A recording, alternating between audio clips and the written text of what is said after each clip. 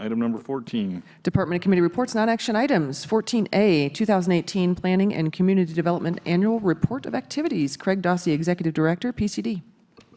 Mr. Dossey. Good morning, Mr. Chair. Good morning, Commissioners.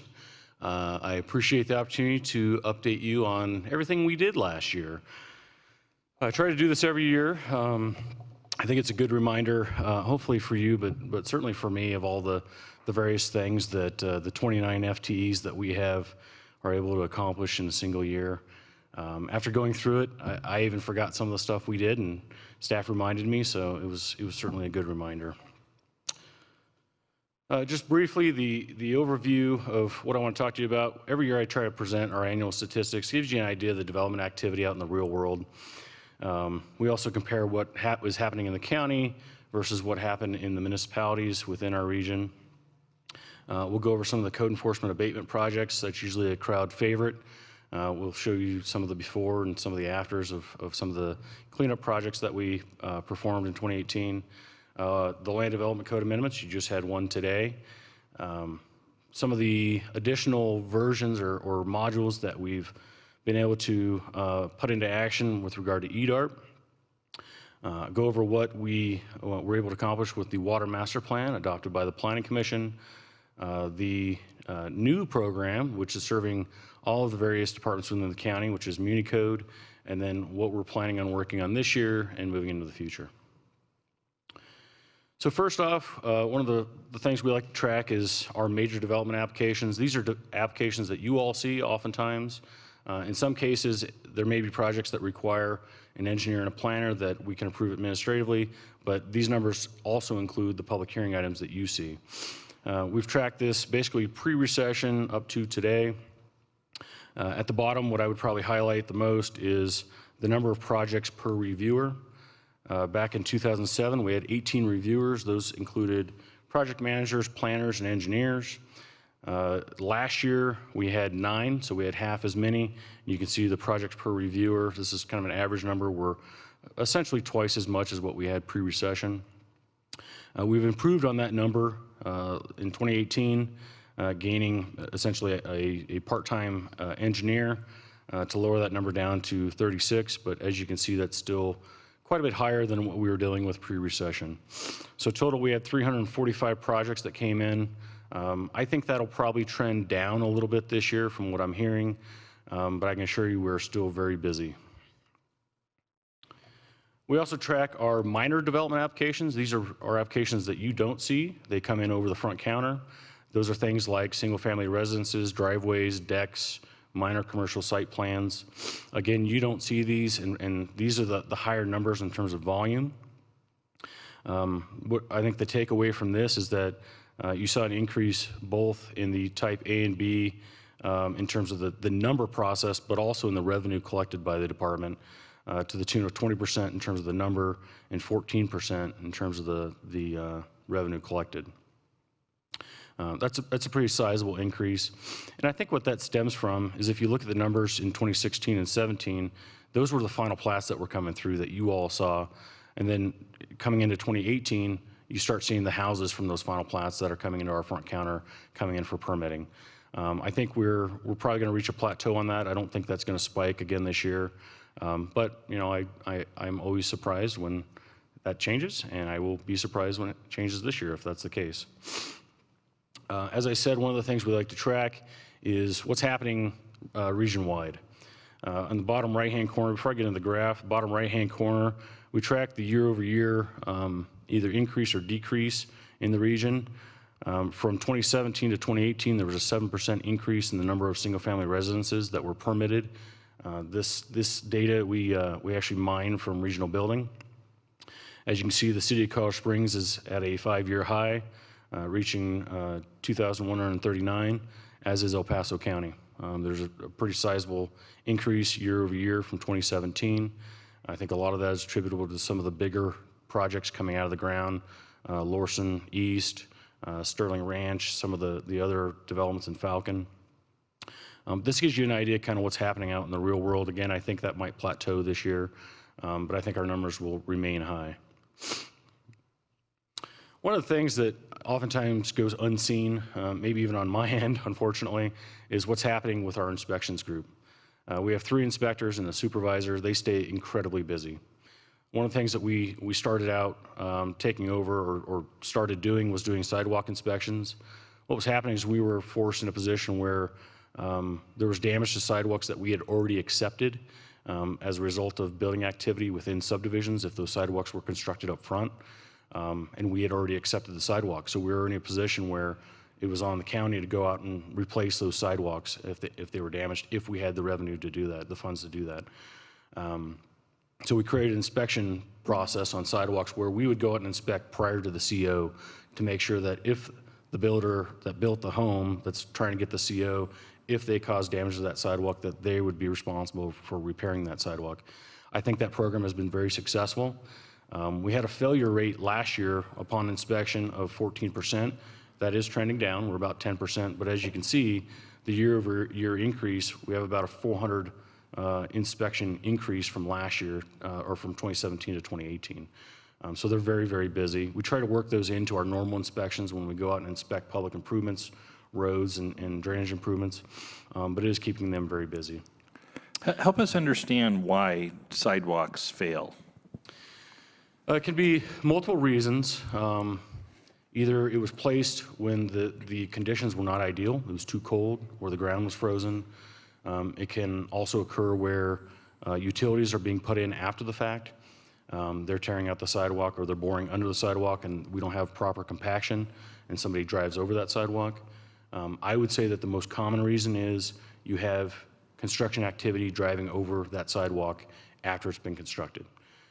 There are ways to make sure that that does not happen, but a lot of that is site management by the builders. Our hope with this program is that they will manage those sites a little bit better, because ultimately they're on the hook to replace those sidewalks if there is damage. We've come to a very good understanding with the HBA and the city to have comparable standards for when a sidewalk needs to be replaced. If there's a little chip out of it, you know, that's probably not going to cause ultimate failure. If there's cracking that traverses the entire width of that stone, then it needs to come out because it's only a matter of time before you have grade separation. But again, that was something that we came to very good agreement with the HBA and the city on, so that we're universal in how we apply that in this region. How often does it occur because there isn't the right depth of concrete in the sidewalk itself? I mean, I know there are differences for like the portions you walk on versus the portions that go through drive-throughs and things of that nature. That's a great question. When we started this program, one of the things we negotiated with the HBA was that the sidewalk depth needed to be deeper. A lot of times, frankly, we were seeing kind of cheating on that. They were using a 2x4, which is not actually 4 inches, it's 3.5, even though they're required to be 4 inches. We've bumped that up to 5 inches everywhere. Anywhere where there is access to be taken, that sidewalk needs to be 5 inches. Now, if it's at a trail or an open space, they can do 4 inches. So we bolstered it not only at the driveway, but also at any area that's fronting a lot, so that if there is construction activity going across that sidewalk, it stands a better chance not only of holding up, but also holding up long term. I think that's been successful. It wasn't incredibly popular when I brought that idea up, but what we did is we negotiated a compromise where essentially they could use an alternative erosion control method that was cheaper for them to help offset the cost of that additional inch of depth of sidewalk. So it was a great exercise in reaching a compromise between the industry and the county to where essentially there's no additional cost to them in providing us a much better quality sidewalk. I think, you know, the failure rates are still there, but a lot of that is old stuff that was constructed prior to the 5-inch requirement. I think as we go on, you're going to see a lot of the 4-inch stuff phase out, and you're going to see a lot lower failure rate. That's my hope. Hopefully, that that's something that we can see. Any other questions on that? Yep, Commissioner Vanderwerf. Yes, thank you. You might have treated it briefly and I might have missed it, but you do have a substantial decrease in the driveway stormwater and subdivision inspections. Is it because the things that you did inspect are just bigger projects, or what was going on? I think that's part of it. Also, driveway inspections, we don't have to do a formal inspection when it is in a master planned area, because the driveways have been established through the prior planning process. So you don't see as many of those when you have big subdivisions coming through. And as I showed before, the number of site plans that came through was substantially higher. So I think that's where you kind of see the decrease. But again, a lot of the inspections were large scale type developments, less so on the driveways and stormwater.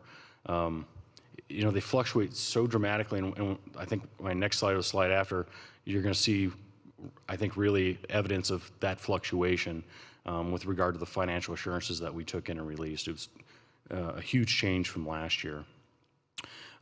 31 construction permits, that doesn't sound like a lot, but again, that might be for all of half of Lorson Ranch, Lorson East, so that might be a single construction permit. So it doesn't seem like a big number, but when you increase by 11, when you're thinking that scale, that's a pretty sizable change. One of the things that I think I'm probably the most proud of with regard to our inspection staff is our inspection staff put in 23 days of overtime.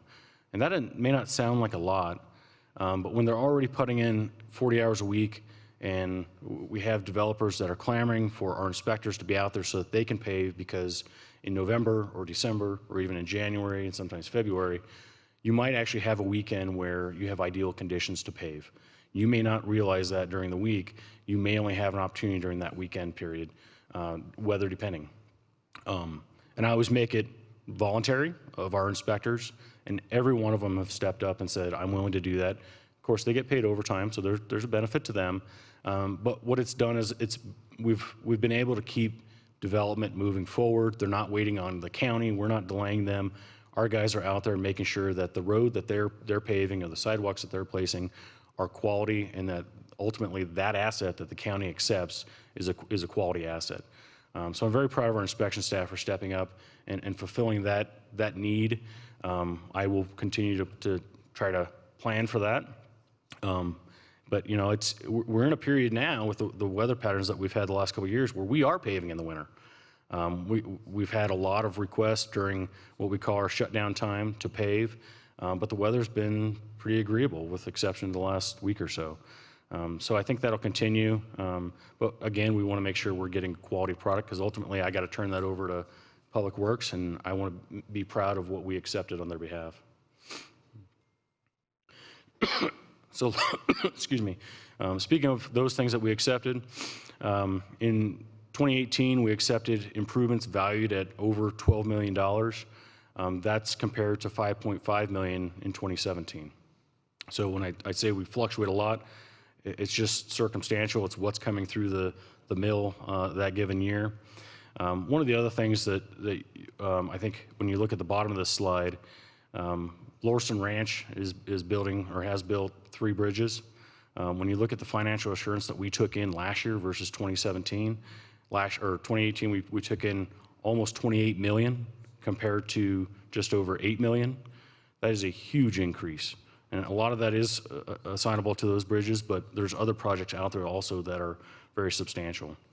So we took in almost 28 million, we released about 21 million. Money is coming in and out. Our staff has to track that and work with finance to release those funds. So that is a part of what we do that I think a lot of times goes unseen, is tracking all those dollars, releasing that collateral, and doing it in a timely way so that the developer can move on to the next project. They can free up those funds to do the next project. As I said, probably the crowd favorite is what's happening with code enforcement. We have 3 code enforcement officers. We actually saw a decrease in complaints by 29% last year. And I think a lot of that, if you remember when I updated at least the 3 of you that were here last year, we had a lot of early spring rain, and that caused a lot of the weed complaints. As you can see, the number of rubbish and weed complaints that went down in 2017 and 16. But the zoning complaints actually has gone up. And I think what people are seeing is the county's being more responsive. We're getting out and we're inspecting these properties, and it's getting to a point of conclusion a lot faster. And that goes to the 3rd bullet, which If you recall, the Board of County Commissioners authorized us to have an administrative process to authorize litigation. Previously, we were bringing complaints before you. You were having to authorize that litigation so the county attorney's office can pursue that. You allowed us a administrative process. I think that's been very successful, and the way that I identify that success, in 2017, we were able to get 73 complaints to the board. The number of complaints has not increased, it's actually decreased as evidenced on the top of the slide, but we're able to get 154 executive determinations accomplished last year. So what that means is we're able to hand it off to Amy's group that much faster to get to a point of conclusion, to try to do what needs to be done for those neighbors that are in that situation. I think that's been a very positive effort. We had 13 properties that we abated this year, which was a fancy word for cleaned up. Totaling $38,000. There's a line item in our budget for $35,000. The additional funds actually came from repayment that the county received, and I'll cover that as well. So I'm going to go through a few of these. I don't have all 13 in here, but just show you kind of what we're dealing with. This was a weed complaint. I'm going to, as usual, I'm going to build to kind of the more severe properties. So we'll start off slow and easy. This was a weed complaint. A month later, obviously nothing had happened. Nothing's going to happen during the winter, so we anticipate this one still looks the same. I think Commissioner Vanderwerf, you asked us about whether or not we're following up, and I'm going to show you some follow-up pictures on each of these as we go through, if we're able to get out to the site and see them. In some cases, where the rubbish or weeds are on a location that we can't see them from a public viewpoint, so we can't get to the property to do that, but where we could, we're trying to provide you that. This one is at Drennan Road in South Meridian. It was $1,600. We cleaned up in March. You see before and after, this was actually a burn structure with debris kind of strewn everywhere. We cleaned that up. I think the native grasses is a much more attractive view than what was there. In the Black Forest area, before the cleanup, you could see there was quite a bit of rubbish out there. We actually got the warrant to go out and clean it up. The property owner, I think, was maybe motivated by that and actually did some of that cleanup before we got out there, so it actually reduced the cost of what we thought that cleanup was going to cost the county. And I should highlight that when I say it costs the county, we're fronting those funds. They can either pay us back in a lump sum or on a payment plan, which I've basically set at no longer than 1 year, or ultimately the county attorney's office can put a lien against the property and the county can recover its cost that way. Down in the security area, there's quite a bit of rubbish along the side of the house. We could not get in a position where we could see this property, so we weren't able to do the follow-up inspection to make sure we don't have the same issue ongoing. In that situation, we rely on the neighbor to provide us with an update if at all possible. In the Black Forest area, there's a lot of wood debris on this property, which we don't really enforce against the wood, but there was also a lot of rubbish on the property.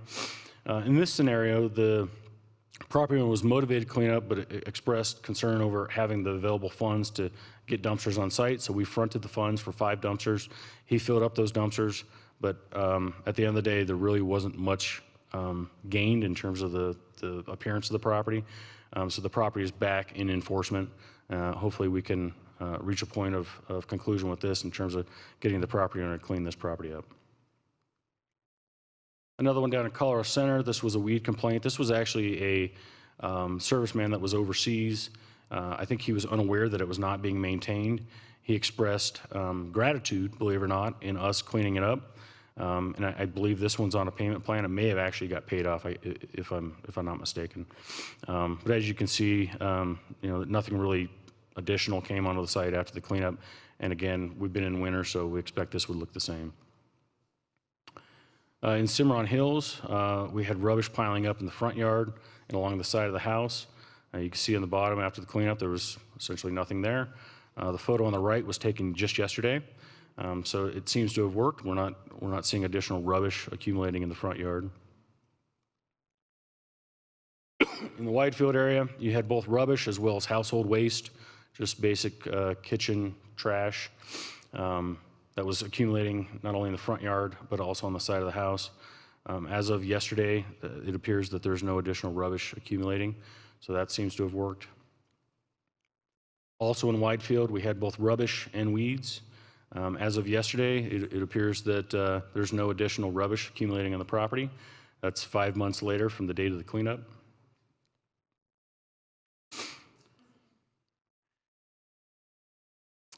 This was a structure, yes, Commissioner Gonzalez, that actually burned.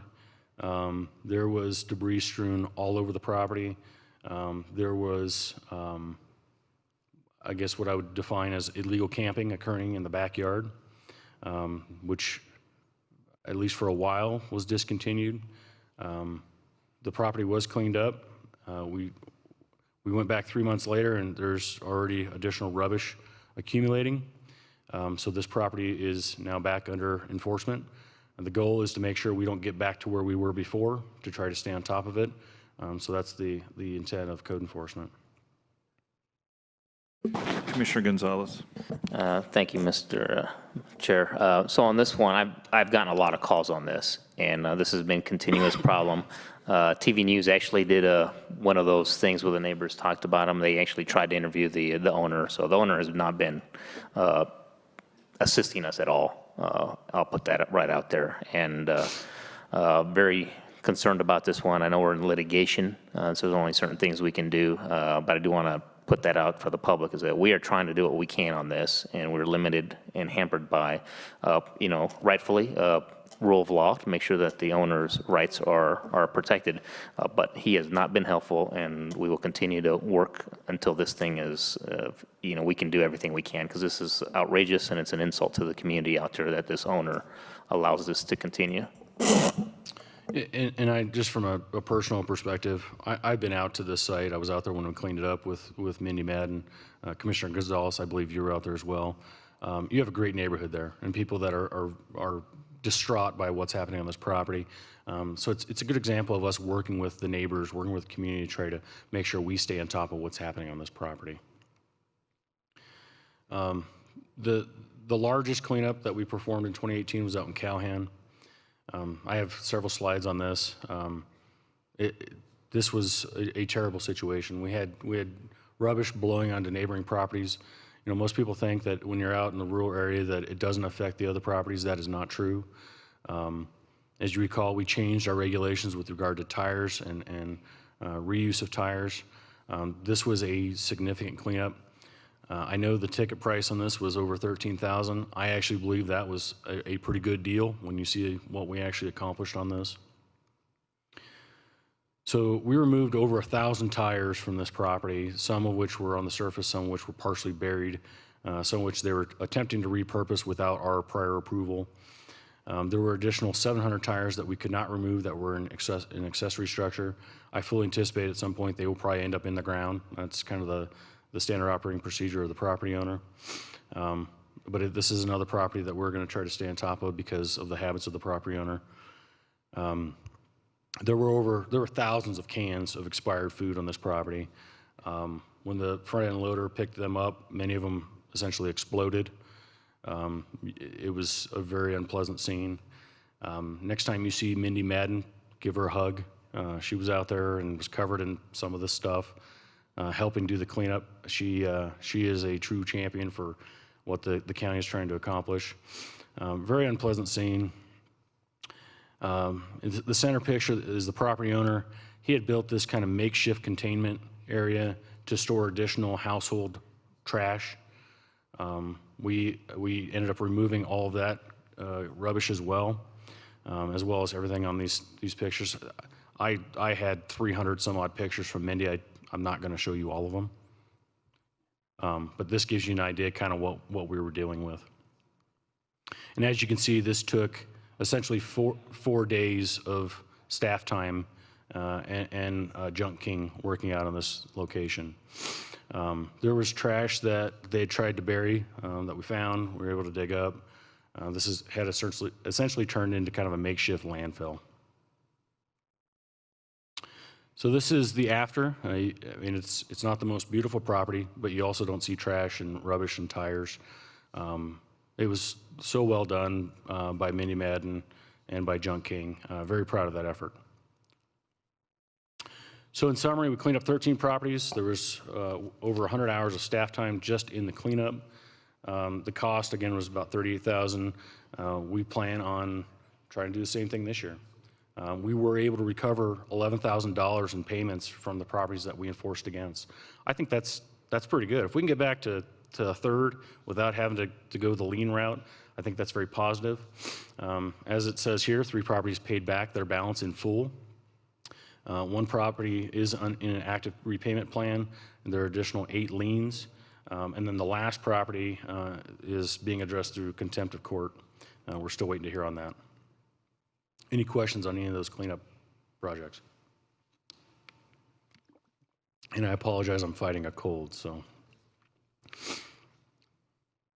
I'm going to go through the rest of this as quick as I can. Our county strategic plan calls for, particularly our department, to continue to evaluate and modify our regulatory framework. This means updating the Land Development Code. You just approved one of those before that Nina presented. We're going to continue to do that. The amendments that we brought in 2018 pertain to the agricultural building exemption. If you recall, one of the things that was happening was an abuse of that allowance for the purposes of constructing illegal marijuana grow operations. We added additional design standards that we hope will help prohibit that, or at least discourage that. I think we're seeing that. We're beginning to see that. We also brought what I would consider to be some of the more difficult regulations to you, which you did approve, regarding animal keeping, kennels, livestock, stables, and greenhouses. When you talk about people's animals, it gets challenging sometimes. But I think that went very well as it could have.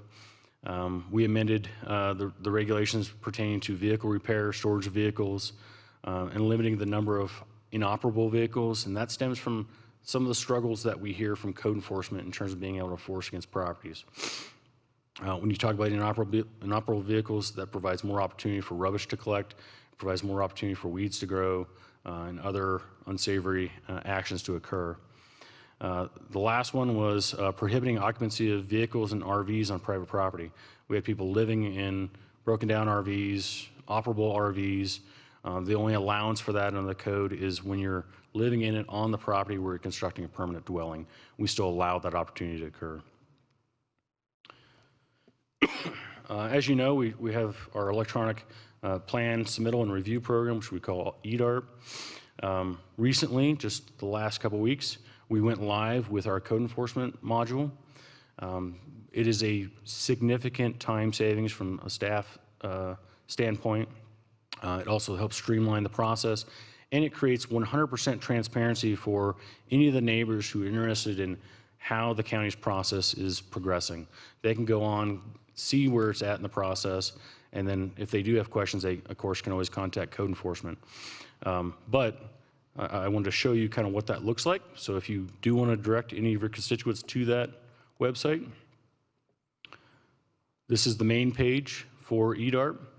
And the bottom button under Getting Started is Make a Code Enforcement Complaint. Very simple. You fill in the location of where the complaint is that you'd like to file, what you think the violation might include. Previously, we broke out rubbish and weeds from zoning violations. We don't feel like, obviously, the person complaining should have the authority to make that decision, so we've combined all of the code enforcement complaints into a single file. It'd be a lot easier for us to track as well. So they can check all that they believe apply. They can add any additional description. They can upload pictures, which is very helpful, particularly in areas where we can't gain access from a public location. And then ultimately, we allow them to either submit it anonymously, or if they would like to be contacted, they can put their contact information in there. This is a huge change in how code enforcement is performed in the county. To describe how we previously did it, somebody would call the front counter. Our front counter staff would have to create a hard file, spend their time doing that, uploading pictures, getting the assessor's data. A lot of times doing all of that only to find out it's actually in the city or a city. When they put in the information to identify where the property is located, it'll ping off of the assessor's database and tell them whether or not it's actually in our jurisdiction.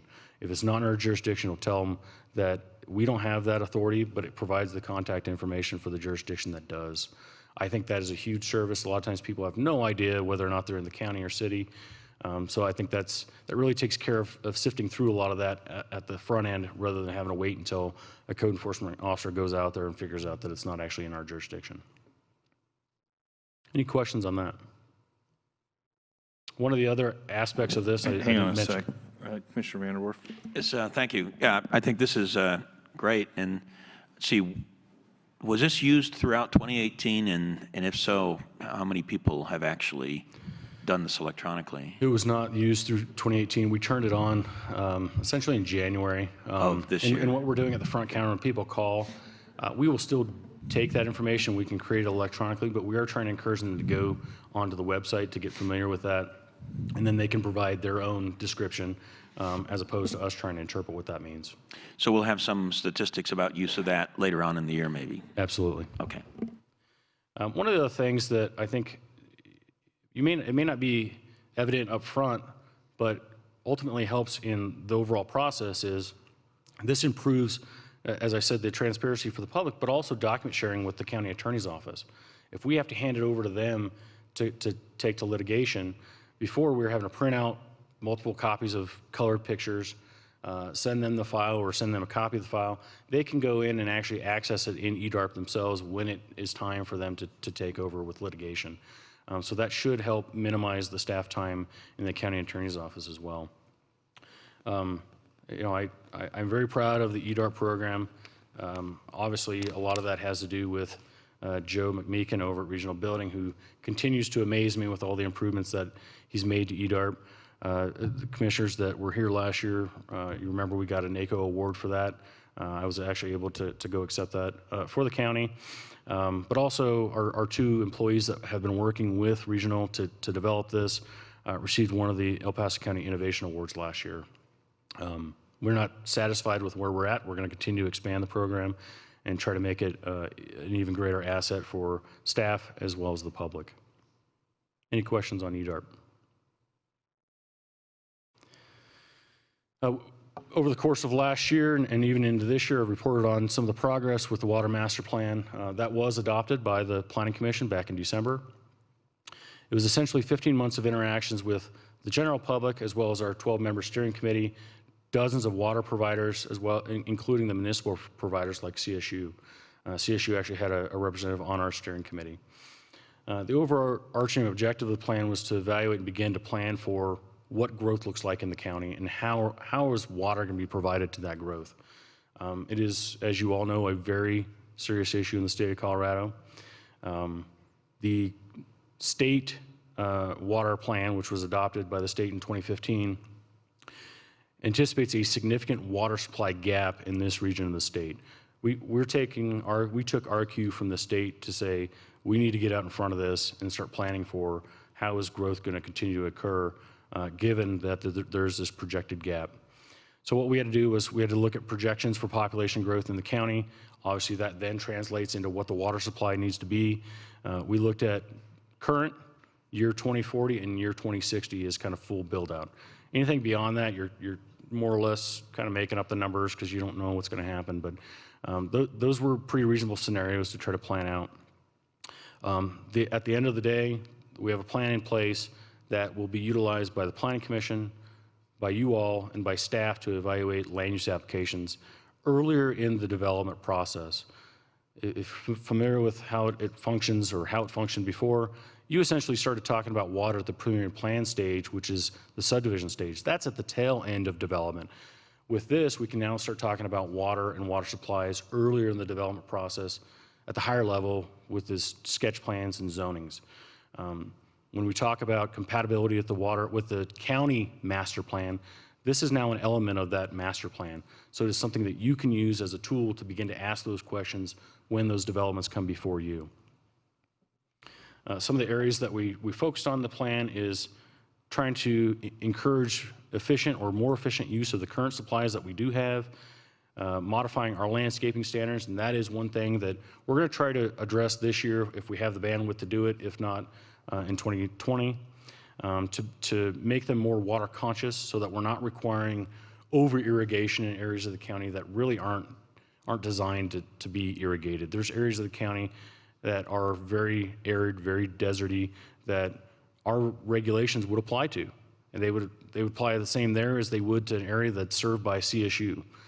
That is not a reasonable approach to regulation. We're also looking at encouraging reuse of water. We're looking at policies and goals that encourage regional collaboration. It's not a single provider issue. It is an issue for all of the various providers in the county, including the municipalities, to try to work together to do regional sharing in terms of storage, or in some cases, interconnection. We had a perfect example of that with the contamination of the Widefield Aquifer. There were no existing connections in place to help dilute, or in some cases replace, some of those resources that were contaminated. This plan helps encourage those types of activities between those providers to make sure we're not in that situation in the future. Any questions on the water master plan? Commissioner Vanderwerf. Thank you, Mr. Chair. I appreciate that. With regard to that regional collaboration, you and I talked about this a little bit. It's not just about regional collaboration within El Paso County, because when you talk about Douglas County, both counties in their development projects are tapping into Dawson and other aquifers. So when we don't know what the other county is doing, supposedly, as we discussed, the state's supposed to be managing that, but I just don't know if they really are or not. But when you've got multiple county planning teams allowing access to that, we might actually be interacting with each other and depleting those aquifers faster than we even realize. So I'm hoping that the regional collaboration will include places like that, like Douglas. And, I say trying to encourage that, and that's not to say that it's not already occurring. Pikes Peak Regional Water Authority obviously is a very good entity by which that collaboration is already occurring.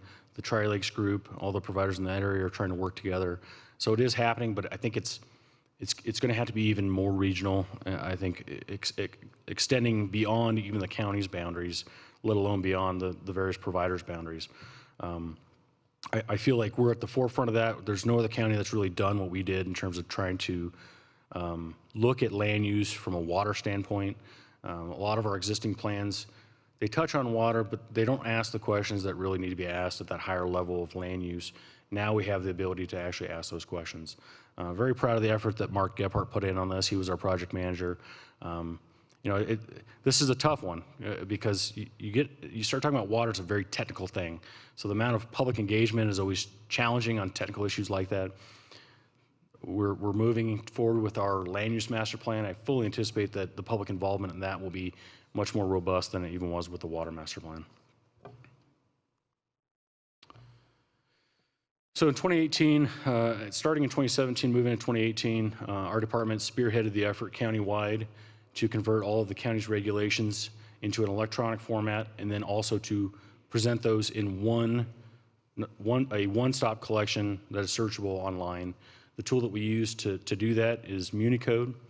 The various regulations that got folded into that website are the Land Development Code, the Engineering Criteria Manual, both Drainage Criteria Manual volumes, the Parks Rules and Regulations, as well as your ordinances that are managed by the Clerk and Recorder. Up until that point, all these regulations were hosted on various department websites, hopefully. In some cases, they were very challenging to find. They are all now in one single location. They're fully searchable, and the benefit is we can readily update them by working with Municode. We provide the revisions like what you saw today.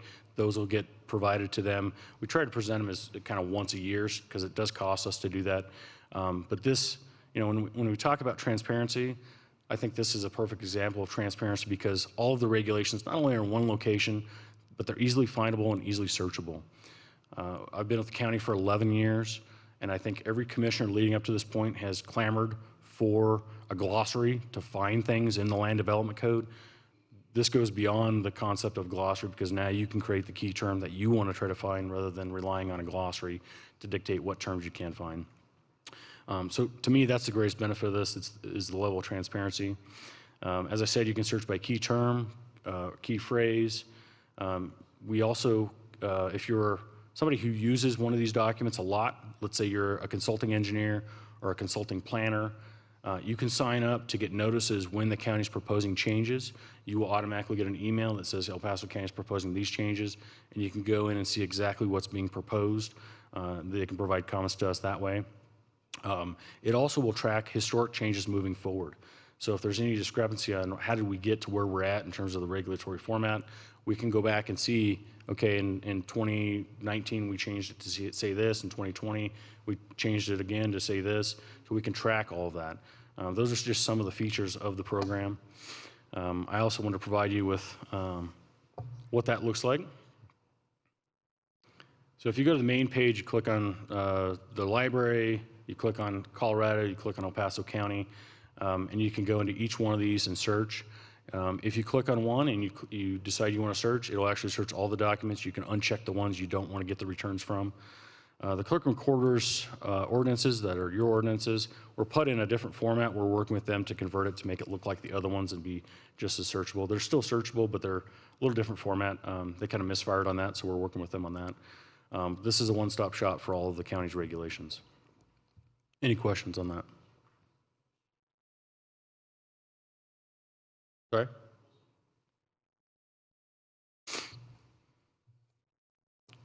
I don't have a keyboard. I can show you kind of generally what the layout looks like. So each of our chapters is here.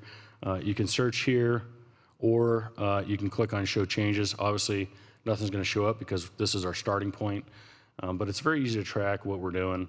And then if you, Joel's going to save me.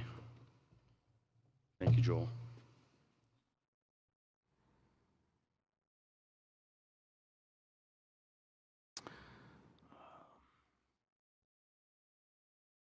So if I type in lot, you can see that that term is used in the Land Development Code, the Drainage Criteria Manual, the ECM.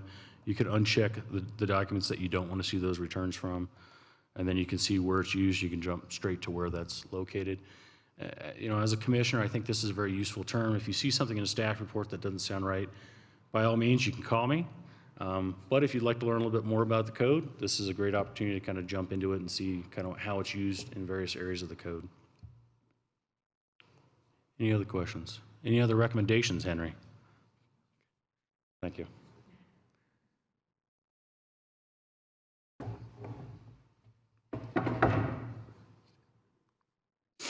So moving forward, I'm sorry, I'm sure I went longer than you would prefer, but Yeah, moving I was forward, going to say, how many more slides? We can order lunch if we need to. I was hoping I'd cover the Cubs spring training game. Yeah, At that's- least. We did hire a consultant out of Chicago, Halsey Levine. They are our lead consultant on the land use master plan. This is what they do. They do master plans. This is a planning firm that specializes in this. Very excited to have them. We're hoping to bring the formal appointment to you all of our steering committee in early March. Halsey Levine will be here in March to do a presentation to you, to have kind of a back and forth in a work session format. And then we're also hoping to get an opportunity where they can interview each of you in terms of what you see for El Paso County moving forward. Right now, we've worked up below the steering committee some subcommittees that are based on geographic areas. Right now, we have 6 of those. We've already identified lead individuals that are going to help lead the effort. These are members of the public that are going to try to engage with other members of the public to help generate public input into the process. And we anticipate it's going to take about 2 years, maybe 2.5 years. Any questions on that? You'll see a lot more of that in the next month or so. And then lastly, maybe not lastly, in terms of EDARP, the last full module that we're trying to work on is our inspections module. This will help the developers and builders to track the punch lists, things that are incomplete or not completed correctly prior to us being willing to accept those improvements. It's something that they can access. It'll allow our inspectors to populate that log out in the field. Right now, they handwrite notes, they come in and type them up, which is doing the same thing twice. We're going to try to avoid that. We want them to be able to do that real time while it's fresh in the memory, while they're out at the site, while they can have that conversation with the builder or the developer. Again, improved transparency, but also improve document sharing with the developers and the builders. We've already met to try to strategize the land development code amendments that we're going to bring before you. Again, that is something that we're trying to support that comes from the county's strategic plan. Some of the things that we're identifying this year is cleaning up our subdivision regulations. There's been a lot of heartache and consternation over what we require versus what the health department might require or the state might require with regard to soil studies and geologic studies, as well as wastewater reports. We're cleaning that up. We've seen this kind of uptick in the use of shipping containers as accessory structures and storage of various things, so we're going to address those. Hopefully revise the landscaping standards as a implementation measure of the water master plan, addressing industrial hemp processing, and then revising our sign code. There was a Supreme Court decision involving the town of Gilbert, Arizona, that found that sign regulations cannot regulate the content of the sign. We have some regulations that I think we need to look at and make sure that we're not doing that before we get into a legal situation. So that is something that we're working with the county attorney's office on this year to try to get done. One of the things that you may not be aware of is the procedures manual. It's something that was anticipated all these years as a supplement to the land development code that basically guides how we do what we do. How do you review a sketch plan? What does a sketch plan look like? We've already begun working with the HBA on what would they like to see first. I think of utmost importance to them is checklists. What do I need to put on? How do I need to design a sketch plan so that it meets the county's requirements? That'll be the first step that we take with the procedures manual. I plan on bringing it in phases. If I brought the whole thing at once, your heads would probably explode because it's pretty large. But we want to make sure we're picking off the thing that is the most important to the industry first. With that, I'd be happy to answer any additional questions. Any questions? I have one comment. You know, I know I like to tease you and give you a lot of grief. That's all done out of love, I promise you. But I just want to say, you know, there's a lot of information in these slides, and I can't tell you how much I appreciate how much you and your staff work to make this a better place to live, work, and play. You have a huge amount of issues on your plate that you have to deal with on a regular basis. You know, I was talking to a senior county employee just yesterday. We'll call him Henry H. He and I were talking about you and talking about the things that you bring to the table. And I think the one thing that he said to me that I can't stress enough how important it is, he says, you know, Craig's been here for 3 years, but brought this department 15 years into the future. I think that speaks volumes about you know, tackling the tough issues, taking it on, and working hard to move us forward. So, you know, Craig, personally, thank you so much for all you do for us. I think you're a great asset to the county. I think, you know, I think you have one of the busiest and you know, most significant departments in the county right now, given all of the land use planning decisions that happen out in the eastern parts of the county. And that's not to disparage any of the other departments. They do great work as well. But I think you certainly have one of the most difficult and important jobs as an executive director. You've taken that on well, and I personally appreciate all you've done. Thank you. I do have copies. I know it's a lot of information. I wanted to provide you a copy of my PowerPoint so that if you do need to go back and reference some of the things we talked about. I also would note that I believe what I call the Commissioner's College, I don't know what the actual term is, it's my term of endearment. I think we have you all coming over to our shop in March. You'll get a little bit more detail, particularly on the land use things and where your kind of scope of review is. And we very much look forward to that opportunity as well. Great job. Anything else? All right, thank you.